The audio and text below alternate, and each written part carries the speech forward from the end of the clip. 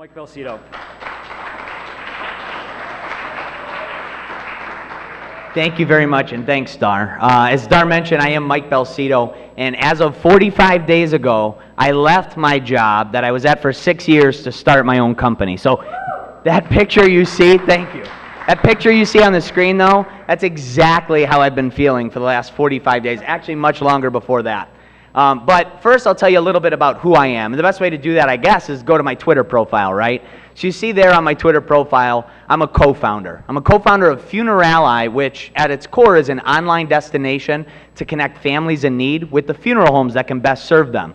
Now, we are in the 10 Accelerator program in Columbus, and I'd love to talk more about that, but catch up with me afterwards, and I'd be happy to tell you a little bit more about what it is that we do.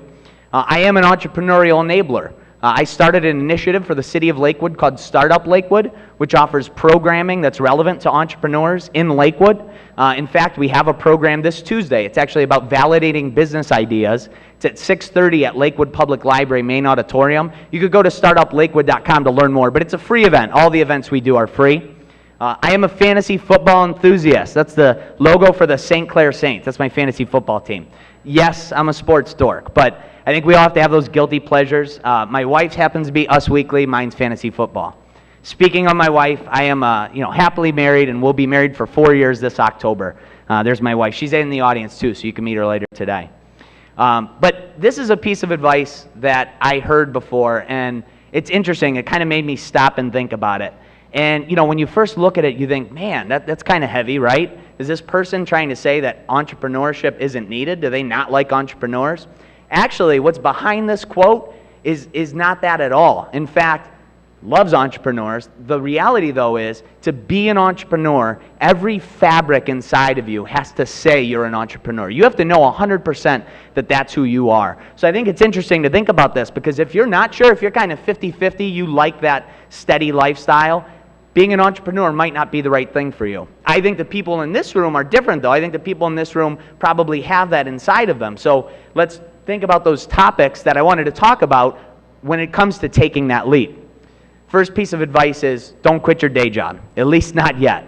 The reason is you have to keep the lights on at home. You have to keep your bills paid. You have to keep your mortgage paid. And you might have a great idea, but an idea isn't a business. That's not the same thing. You can't just quit your job and try to take an idea and turn it into something when you're not really sure if there's a business there quite yet.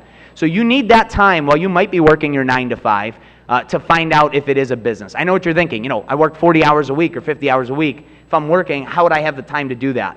Well, if you normally start work at 8, then start at 6 and work on your own thing for 2 hours. If you end at 6, work till 10, work till midnight. Do whatever you have to do to validate that idea when you do have an income coming in.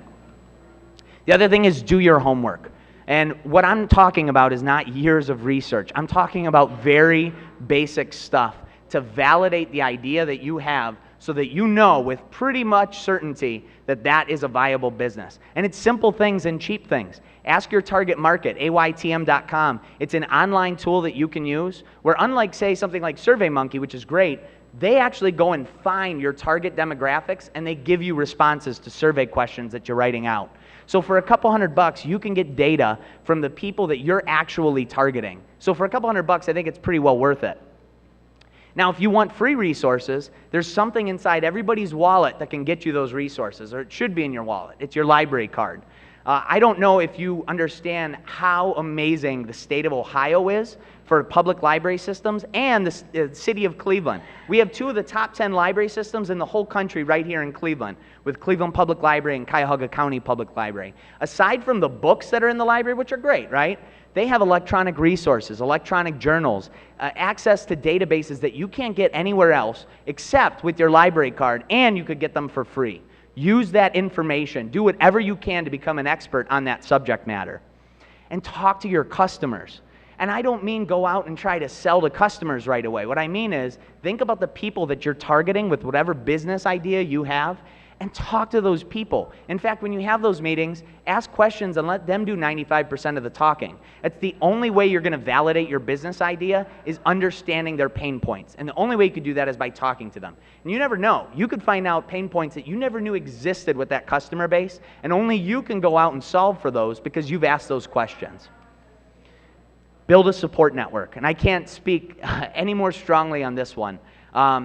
When you take that leap, or when you go through the process of deciding to quit your job and become an entrepreneur, it's high anxiety, it's high stress, it's sleepless nights. The only way for me I could have gone through that is with the support which I had from my wife, my family, and my good friends. And so whatever that network is for you personally, you need to make sure it's there. I don't care if it's husband, wife, partner, boyfriend, girlfriend, you need the support especially from them, whoever that might be, because the reality is if you don't have that support, either your business or your relationship is going to fail. One of those will. So if you have that support, that's the best chance for success for both of them. Professionally, you need to find that network as well. I have amazing mentors in my life that I've cultivated these relationships for the last few years, including people like Christopher Celeste and Tim Mueller, both from Northeast Ohio. But it wasn't just Christopher and Tim. It was a whole host of individuals that I've built relationships with throughout all of my life, and they were really important to me. Just like I had that personal network, the professional network there helped me when I was in times of uncertainty where I wasn't sure if an idea was really a business and I just needed somebody to talk to. It's important to have that professional network as well. Get some traction. What I mean by that is not going off and starting a full-fledged business, especially when you haven't even quit your job yet. But at the end of the day, you're probably going to need investment for your business somehow. And investors don't invest in ideas, they invest in businesses. So you need some sort of, you need to turn that idea somehow, some way into looking more like a business than it is an idea. One way to do that, there's a great tool online. It's called unbounce.com. And there are other services like it. I happen to use Unbounce. You can create a splash page in about 5 minutes, and everybody can do this literally tonight. And what it does is it puts a very basic website out there where you can collect information from customers. Going back to that whole talk to your customers point, right? So very quickly and for free, you can actually create this page and get information about your customers. Create a beta. If any of you have development experience, you're already ahead of the game. If you don't, you need to network with the people in here that do have development experience. And I'm talking about just put something very basic, very minimum out there to get feedback from your customers. The point of this isn't to make money quite yet. The point of this is to understand, are you really solving that customer pain point?